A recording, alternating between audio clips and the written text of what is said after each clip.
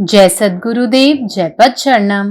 मेरे सद्गुरु की वाणी परम संत महात्मा यशपाल जी महाराज का प्रवृत्ति में निवृत्ति गृहस्थ धर्म के लिए श्रीमद् भगवद गीता का गीता सुधा भाष्य अध्याय 10 श्लोक 38।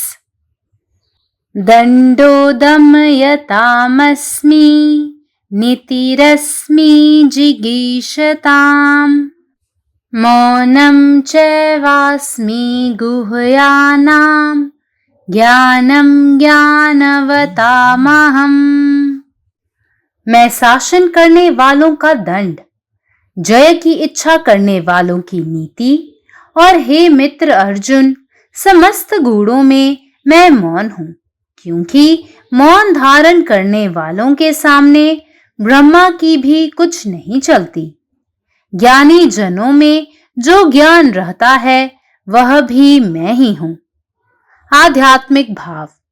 दंड, मनुष्यों के मन और इंद्रियां आदि भी दमन शक्ति के द्वारा ही वश में होकर भगवान की प्राप्ति में सहायक बन सकती हैं। नीति, जो जय की इच्छा करते हैं, इंद्रियों और मन पर जय प्राप्त करना चाहते हैं, उनके उस विजय साधक कौशल का नाम नीति है। यही योग कौशल है।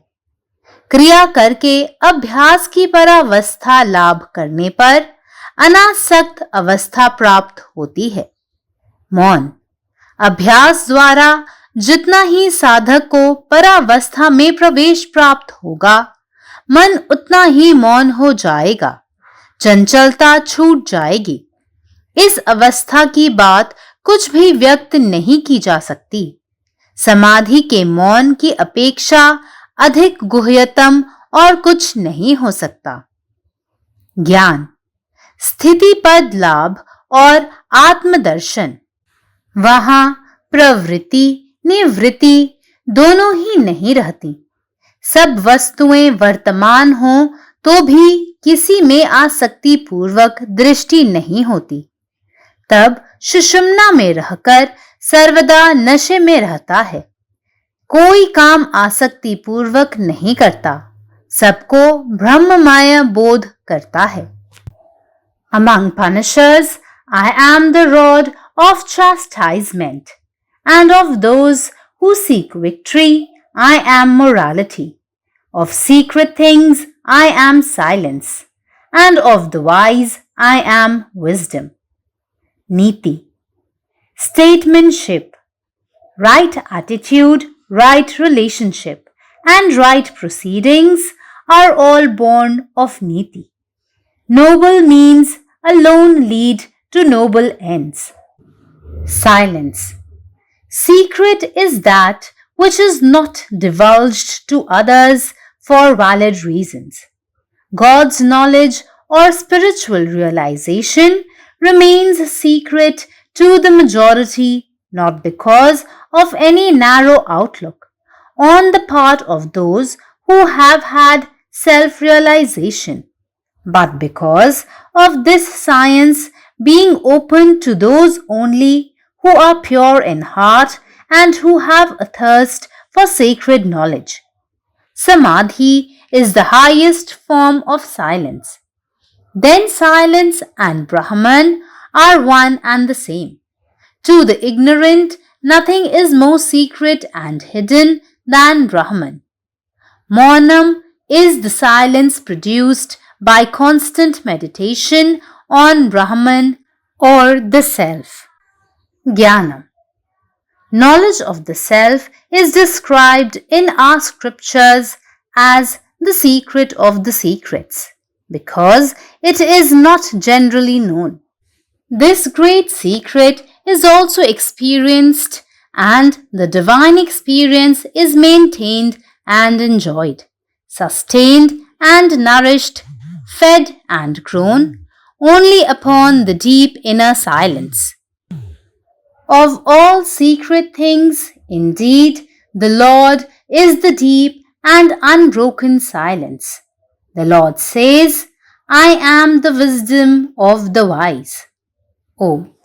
जय गुरुदेव। जयपदशरणम्। अध्याय 10 श्लोक 38। दंडो दमयतामस्मि नीतिरस्मि जिगीषताम् मौनं चैस्वामी गुह्यानाज्ञानम् ज्ञानवतामहम्। मी शासन करणाऱ्यांची दंड आहे, विजयाची इच्छा बाळगणाऱ्यांचे धोरण आहे, आणि हे मित्र अर्जुना, मी सर्व रहस्यांमध्ये मौन आहे, कारण जे मौन राखतात त्यांच्यासाठी ब्रह्मा देखील निरुपयोगी आहे. मी ज्ञानी लोकांमध्ये वास करणारे ज्ञानही आहे. आध्यात्मिक अर्थ. दंड. मानवी मन आणि इंद्रिये केवळ दमनाच्या शक्तीनेच नियंत्रित केली जाऊ शकतात आणि ईश्वर प्राप्तीसाठी उपयुक्त ठरू शकतात. नीती. विजयाची इच्छा बाळगणाऱ्यांचे कौशल्य, जे इंद्रिय आणि मनावर विजय मिळवू इच्छितात, कारण त्या विजय प्राप्तीच्या कौशल्याला नीती म्हणतात. हेच योगाचे कौशल्य आहे. कर्माद्वारे साधनेची अंतिम अवस्था प्राप्त केल्याने मनुष्य अलिप्ततेची अवस्था प्राप्त करतो. मौन. साधक साधनेद्वारे जितका अधिक दिव्य अवस्थेत प्रवेश करतो, तितकेच त्याचे मन अधिक शांत होते आणि अस्वस्थता नाहीशी होते. या अवस्थेबद्दल काहीही व्यक्त करता येत नाही. समाधीच्या शांततेपेक्षा काहीही गहन, अधिक किंवा खोल असू शकत नाही. ज्ञान. स्थितिपत, लाभ आणि आत्मसाक्षात्कार. जिथे प्रवृत्ती, निवृत्ती किंवा इतर कोणतीही गोष्ट अस्तित्वात नसते, सर्व गोष्टी उपस्थित असल्या तरी कशाबद्दलही आसक्ती नसते, मग सुषुम्ना नक्षत्रात असल्याने तो नेहमी मग्न राहतो आणि आसक्तीने कुठलेही कार्य करत नाही.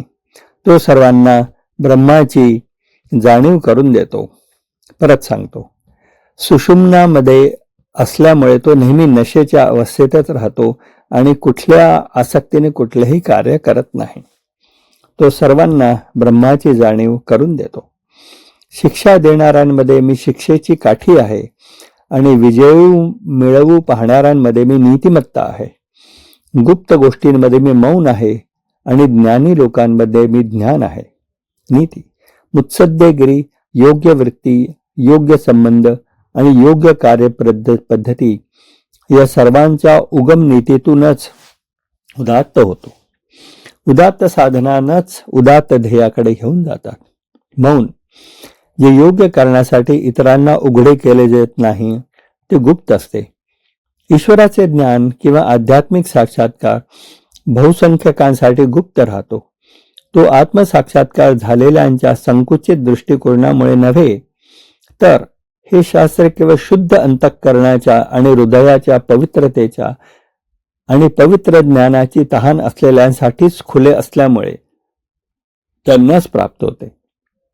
समाधी हे मौनाचे सर्वोच्च रूप आहे. मग मौन आणि ब्रह्म एकच आहेत. अज्ञानी व्यक्तीसाठी ब्रह्मापेक्षा अधिक गुप्त आणि लपलेले काहीच नाही.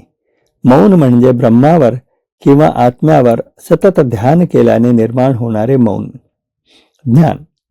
आत्म्याच्या ज्ञानाचे वर्णन आपल्या धर्मग्रंथांमध्ये रहस्यांचे रहस्य असे केलेले आहे, कारण ते सर्वसाधारणपणे ज्ञात नाही. या महान रहस्याचा अनुभवही घेतला जातो आणि हा दिव्य अनुभव केवळ गहन आंतरिक मौनावरच टिकवला जातो. त्याचा आनंद घेतला जातो, तो वाढविला जातो, पोसला जातो आणि वाढविला जातो आणि सर्वत्र पसरविला जातो. सर्व गुप्त गोष्टींमध्ये खरोखरच परमेश्वर हेच गहन आणि अखंड मौन आहे. परमेश्वर म्हणतो, मी ज्ञानाचा ज्ञान आहे. जय गुरुदेव. जय पदशरणम. గీతాసుధ అధ్యాయం 10 విభూతి యోగము శ్లోకం 38. దండో దమయితామస్మి నీతిరస్మి జిగీషతాం మౌనం చైవాస్మి గుహ్యానాం జ్ఞానం జ్ఞానవతామహం. శాసనం చేయువార్ల దండమును నేను, జయం కోరువార్ల నీతిని నేను. ఓ మిత్రమా అర్జున, సమస్త రహస్యముల్లో అంటే పట్టుదలల్లో మౌనాన్ని నేను. ఎందుకంటే మౌనధారణ చేయవారి ముందు బ్రహ్మకు కూడా పలుకబడి ఉండదు. అంటే బ్రహ్మ ఆటలు కూడా సాగవు. జ్ఞానులైన వారిలో ఏ జ్ఞానం ఉంటుందో ఆ జ్ఞానం కూడా నేనే. ఆధ్యాత్మిక భావము, దండము మానవుల మనసు మరియు ఇంద్రియాదులు కూడా దమన శక్తితోనే వశమయ్యి భగవత్ప్రాప్తికి సహాయకారులు అవుతాయి. నీతి, ఎవరు జయం కోరుకుంటారో, ఇంద్రియాలు మరియు మనసుపై జయం పొందాలనుకుంటారో వారి ఆ విజయ సాధక కౌశలం పేరే నీతి. ఇదే యోగ కౌశలము. సాధన చేసి అభ్యాసం యొక్క అంతిమ లాభాన్ని పొందిన పిమ్మట అనాసక్త అవస్థ లభిస్తుంది.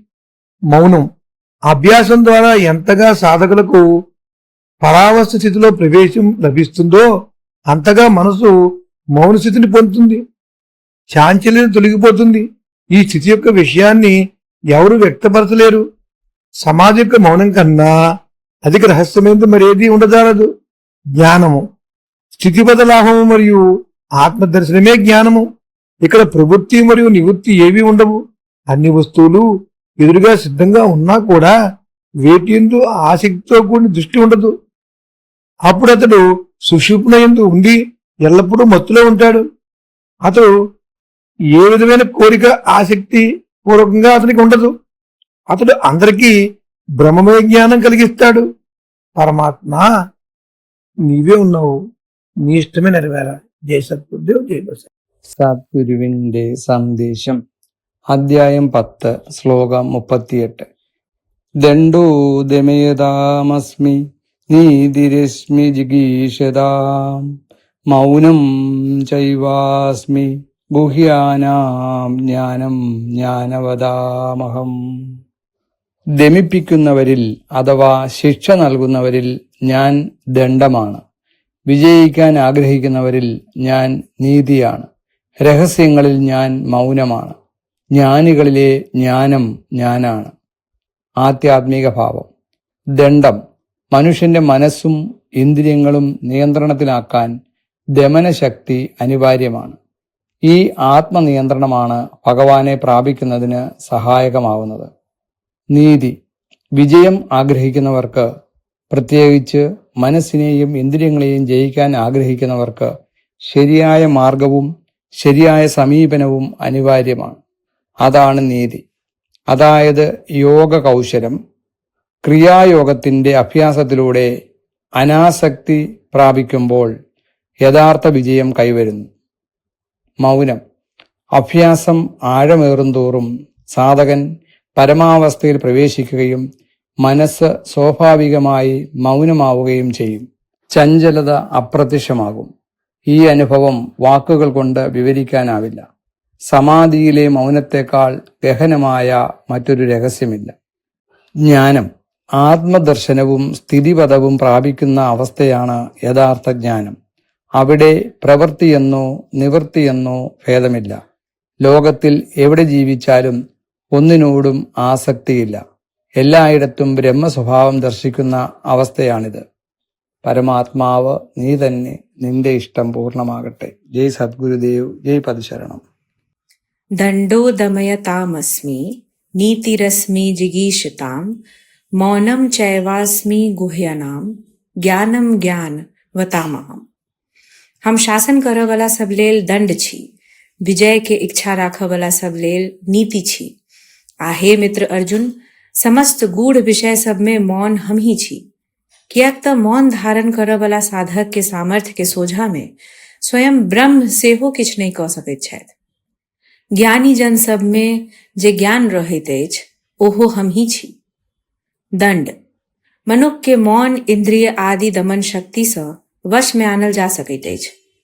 जखन ई सब संयमित होइत अछि तखन भगवान प्राप्ति में सहायक बनैत अछि.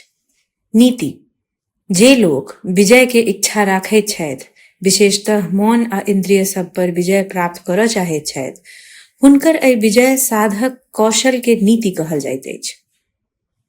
यह वास्तविक योग कौशल अछि. क्रियाक अभ्यास करैत करैत जखन साधक परावस्था के प्राप्ति करैत अछि तखन ओ अनासक्त अवस्था के प्राप्त होइत अछि. मौन, अभ्यासक प्रभाव सँ साधक जतेक बेसी परावस्था में प्रवेश करैत जाइत अछि ओतेक बेसी मौन होइत चल जाइत अछि आ ओकर समस्त चंचलता समाप्त भ जाइत अछि. एहि अवस्था के अनुभव शब्द में व्यक्त नहीं कयल जा सकैत अछि। समाधि के मौन से बेसी गूढ़ आ रहस्यमय आर किछ नहीं अछि। ज्ञान, स्थिति पद के प्राप्ति आ आत्मदर्शन के नाम ज्ञान अछि। ओहि अवस्था में ने प्रवृत्ति रहैत अछि आ ने निवृत्ति। सब वस्तु सोझा में उपस्थित रहितो साधक के दृष्टि ककरो प्रति आसक्त नहीं होइत अछि। ओ सदा सुषुम्ना में स्थित रहैत अछि आ निरंतर आत्मानंद रूपी दिव्यता में मग्न रहैत अछि। ओ कोनो कर्म आसक्ति भाव से नहीं करैत अछि, मुदा समस्त जगत के ब्रह्ममय रूप में अनुभव करैत अछि। अखिल भारतीय संत मत सत्संग, पंजीकृत दिल्ली, मुख्यालय B20 CC colony, Rana Pratap बाग के सामने, दिल्ली। सत्संग आश्रम संत यशरूप तपोभूमि परिसर, अनंगपुर, जिला फरीदाबाद, हरियाणा।